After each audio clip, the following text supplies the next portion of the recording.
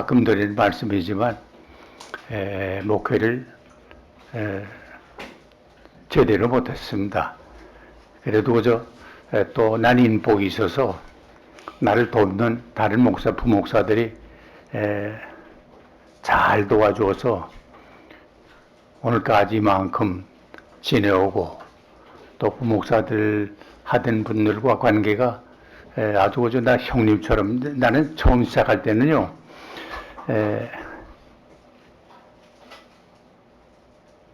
다른 분들을 위해서 기도할 때 오린종 박 목사님 24살 시작했거든요. 대학 졸업하면서 신학교 가면서 전도사 할 때 한데 오린종 박 전도사, 오린종 박 목사님 저기 걔인데 조금 더 지나니까 젊은 종 박 목사님 그러더라고. 근데 또 얼마 또 지나니까 노종 박 목사님이더라고. 야, 나 깜짝 놀랐어요. 내가 언제 이렇게 노종이 됐나. 근데 빨리 지나가요. 빨리 지나가. 그러니까 이게 저 우물우물하다는 거죠. 다 세상 지나고 마는데 정신 바짝 차려야 되고요. 또 하나는 요거 잠깐 지나가자. 저 여러분 톨스토이의 글을 읽어. 톨스토이가 쓰는 게 시간에 대한 개념이 그렇잖아요. 어떻게 잘못해서 웅덩이에 빠졌는데 빠지다가 밧줄을 어떻게 잡았어. 잡았는데 쥐가 왔다 갔다 가면서 그 밧줄 한 올에게씩 자꾸 잘라. 마지막 올이 남을 때까지 그 다급한 마음, 요거 인생이에요. 똑딱똑딱 하면서 지나가는데 그 남의 이야기처럼 들으면 안 되고요. 그 바로 내 이야기, 여러분의 이야기야. 잠깐 지나가요. 50 넘으면요 정말 50마일로 가고 60 넘으면요 60마일로 달려요.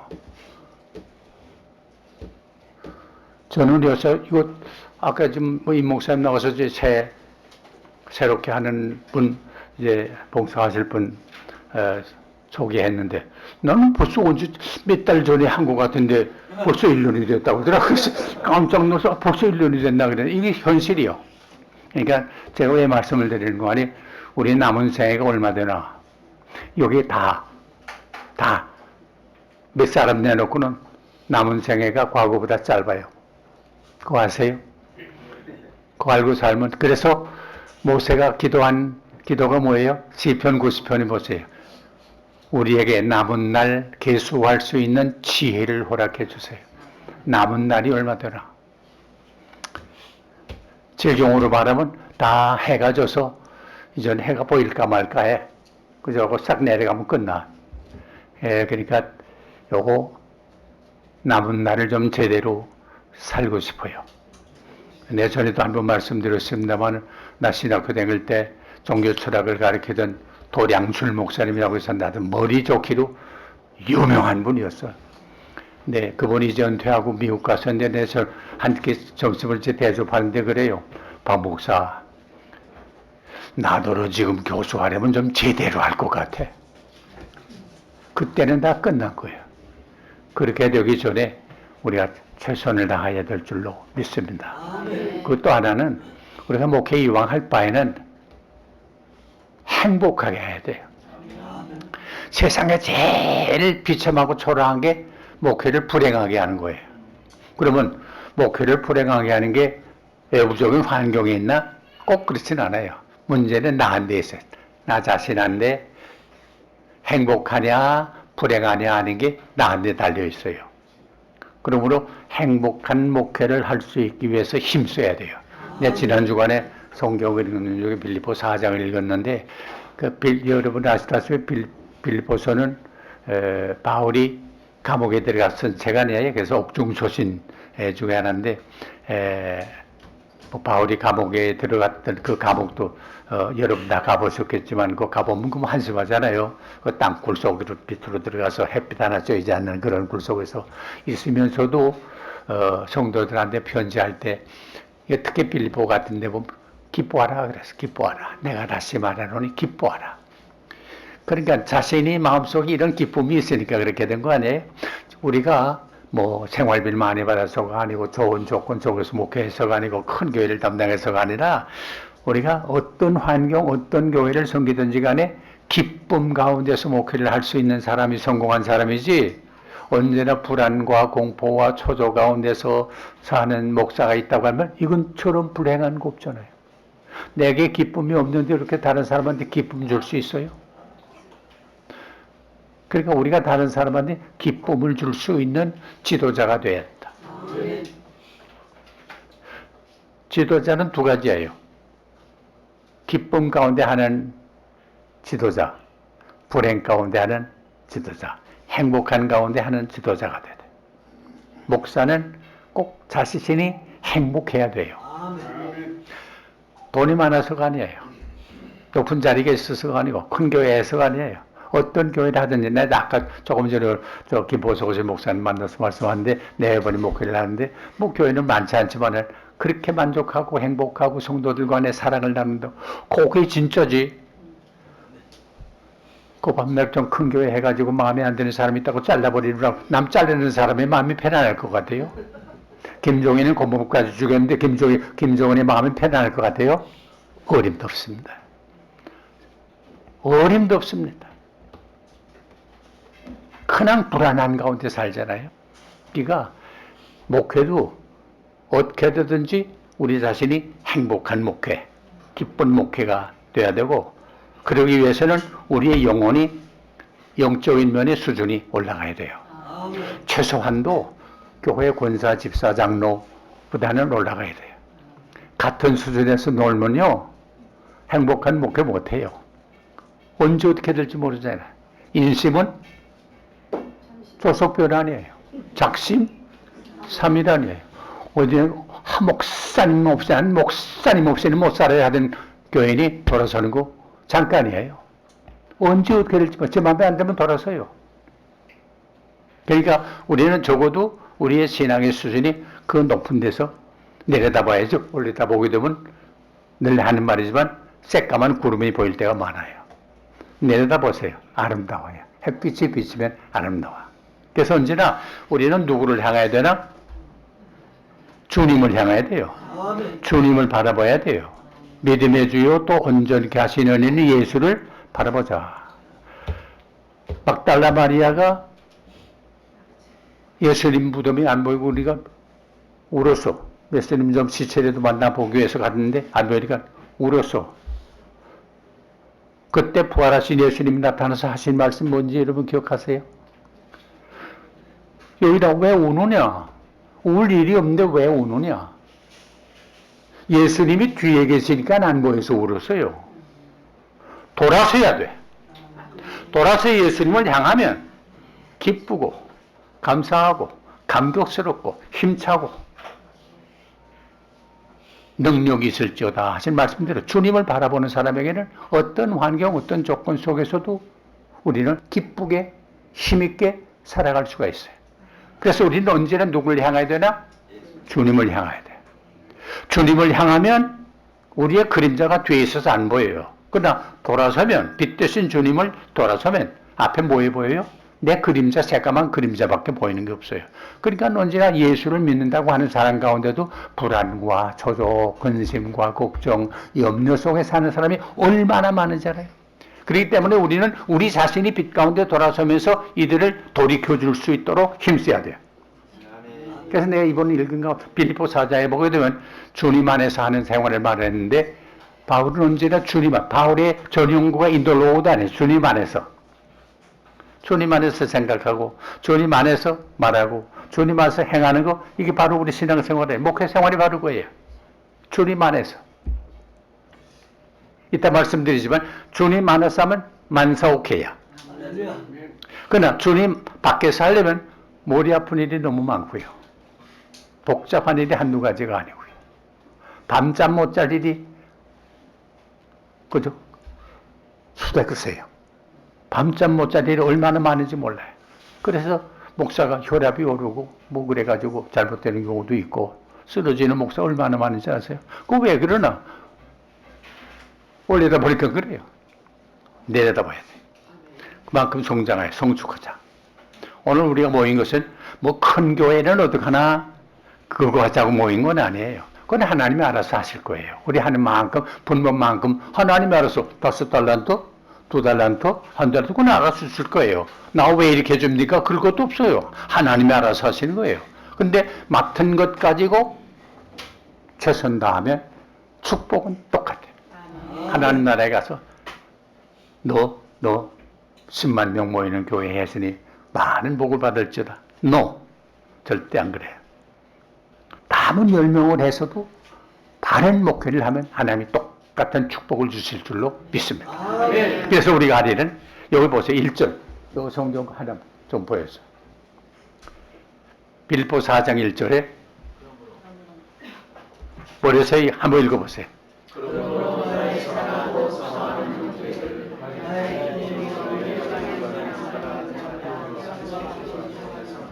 주 안에서라. 여기 뭐래서요? 나의 사랑하는 사람, 내 기뻐하는 사람, 내 멸류관인 사람. 요게 상당히 중요해요. 빌립보 교인들이 바울이 볼 때는 이렇게 자랑스러웠어요. 우리 주님이 여러분을 보실 때 자랑스러워야지. 우리 저 목사 보라. 저기 목사 보라. 저기 목사 보라. 너 이만큼 충성한 목사 보았느냐? 이렇게 자랑스러운 교인 돼야지. 그거 뭐 밤낮 교인 사기 쳐먹고, 그저 교인 주머니만 보고 세상적으로만 사는 목사라 하게 되면 주님이 어떻게 할까? 부끄러워요. 내가 저걸 종이라고 세웠나? 부끄러워. 그래서 하나님이 보세요. 여러분 아시다시피 사울을 세울 때 사울 왕이 얼마나 겸손하고 그랬어요. 근데 한참 하다 보니까 이게 정신이 획가닥한 거예요. 그래서 사도행전에 뭐랬어요? 사울을 패하시고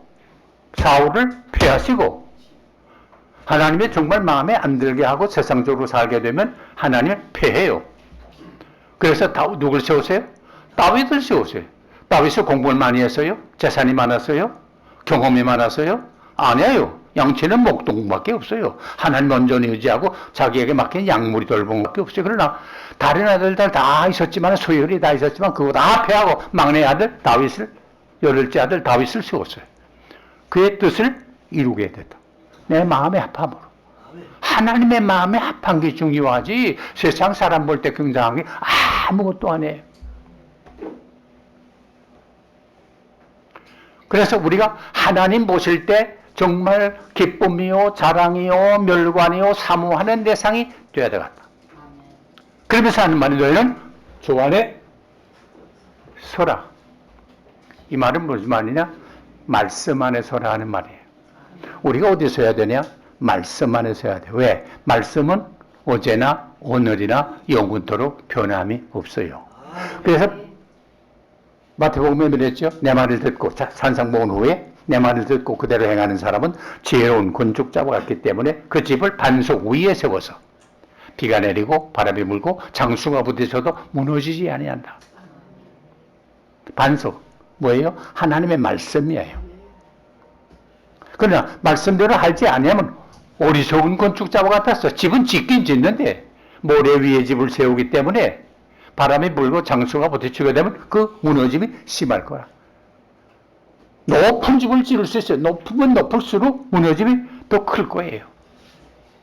그러나 반석 위에 세운 집은 끄떡하지 않아. 어떤 어려운 일이 있어도 끄떡하지 않아. 말씀 위에 세워야 된다는 말은 뭐냐? 다른 말로 말하면 이거 참 유치한 말 같지만 말씀을 믿어야 돼요. 난 어떤 목사 가운데도요. 꼭 큰 교회 하는 목사인데 모세오경을 옛날에 하긴 했지만 모세오경을 누가 믿어? 우리가 말하긴 하지만 모세오경을 누가 믿어? 내 이름은 밝게 지금 살아있어요. 그래서 내 이름을 안 밝히는데 그런 사람이 있더라고요. 목사가 하나님의 말씀을 안 믿으면 어떻게 해요? 그러니까 제가 안 했으니까 이거 다 하지만 난 그 사람 하나님의 축복 안 할 것 같아요. 말씀을 믿어야 돼. 어리석어 외에도 말씀을 믿어야 돼요. 말씀은요, 자연을 반대하는 게 아니에요. 컨트라 네이처가 아니에요. 슈퍼 네이처, 자연을 초월하는 거지 반대하는 게 아니에요. 하나님의 말씀은 자연을 넘어서요. 초자연이에요. 그걸 우리는 믿는 거예요. 이게 세상 사람하고 다르잖아요. 그래서 우리가 특히 뭐 목사가 하나님의 말씀을 믿지 않는 사람 어디가 천만에요. 안 믿는 사람이 있어요. 그걸 뭐라고 말하는 거 아니? 실제적인 무신론자라 그래요.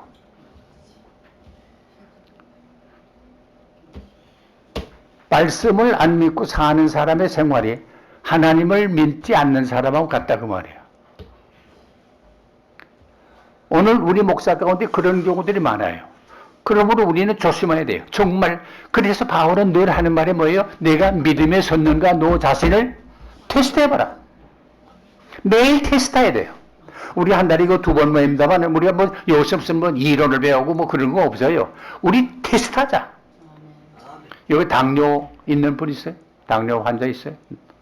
당뇨 환자 매일 요 바늘로 피 뽑아가지고 테스트하죠. 요 100이 넘나 안 넘나 테스트하죠. 요거 매일 하.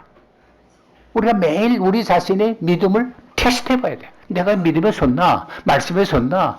내가 하나님의 종의 자리 위치에 섰나? 이걸 테스트해야 돼요. 그리고 성경에 보면 말씀에서 좌로나 우로나 치우치지 않아야 돼요. 그래야 약속의 땅을 얻어요. 치우치면 안 돼. 세상에 치우쳐도 안 돼. 우리는 언제나 세상 말로 말하면 중용지도. 바울이 뭐랬어요? 내가 사람을 기쁘게 하랴? 하나님을 기쁘게 하랴. 내가 사람을 기쁘게 한다면 뭐 돼? 하나님의 종이 아닙니다.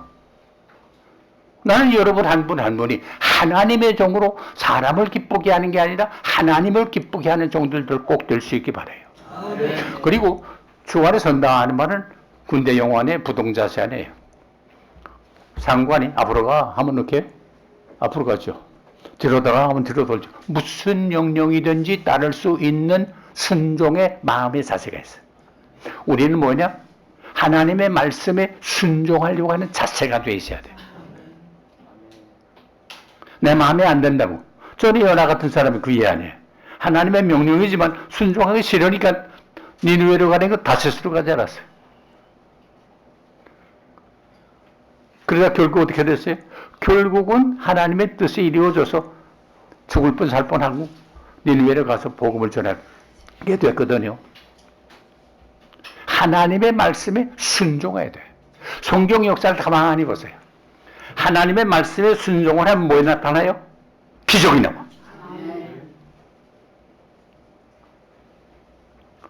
여세식으로 쏘만 그래서 어떻게 하란 말입니까? 아니에요. 아멘 하고 따라하면 반드시 적든 크든 기적이 나와요. 깜짝 놀랄 기적이. 이야 이럴 수도 있나. 그래서 우리 목사 생활에는요 그 말씀 순종하는 가운데 매일매일 적은 기적 큰 기적을 체험하면서 감격하는 삶이 있어야 목사 생활이에요. 그렇지 않으면 백받아서 못해요. 이 감격 기적. 이야 하나님 이렇게도 하네. 우리가 기대하지 않았던. 바울이 쉬지 말고 기도하고 항상 기뻐하라고 했던 정말 아는 게 아니라 저 빌립보에서 매 맞고 감옥에 들어갔던 기억 있죠. 거기 가서 울었어요? 원망했어요? 하나님의 존재를 의심했어요? 하나님이 계시다면 어떻게 이렇게 할 수 있냐? 뭐 내가 도둑질 냈냐? 가늠을 했냐? 뭐 했느냐?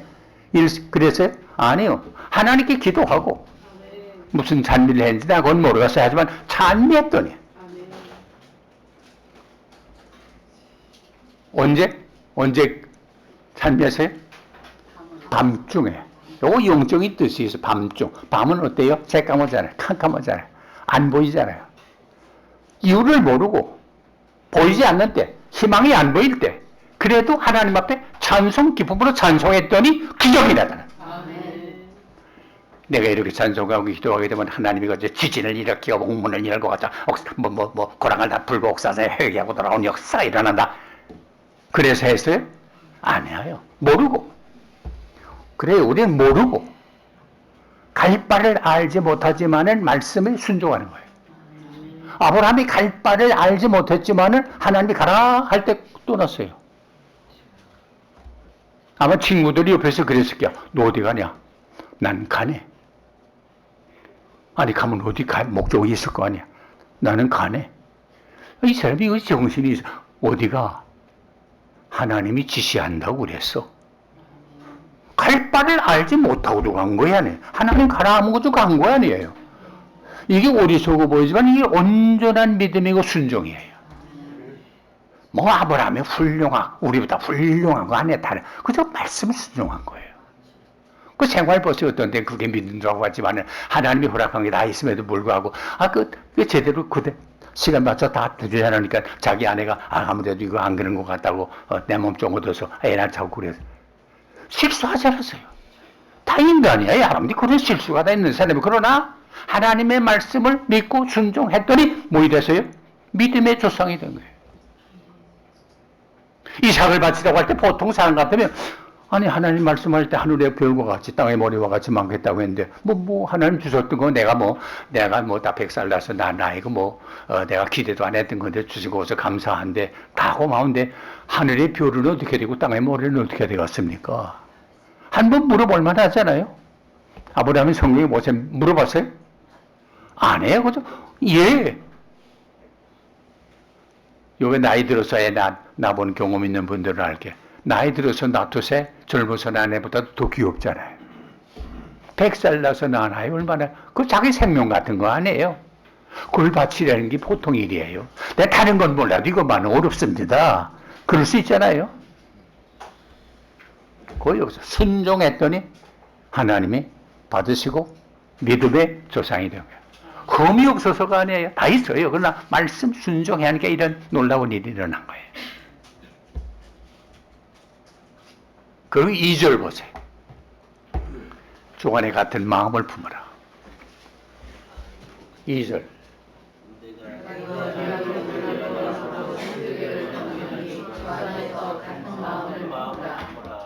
영어 번역은 to live in harmony in the Lord. to live in harmony in the Lord. 주 안에서 요 같은 마음이라는 말을 하모니라고 하는 게 재밌어. 하모니.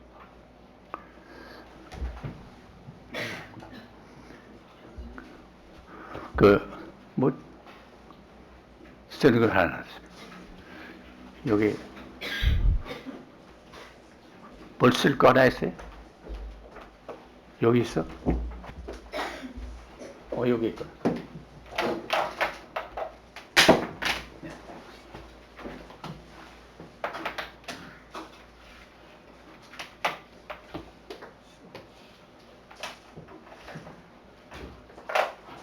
한글은 화인데 화.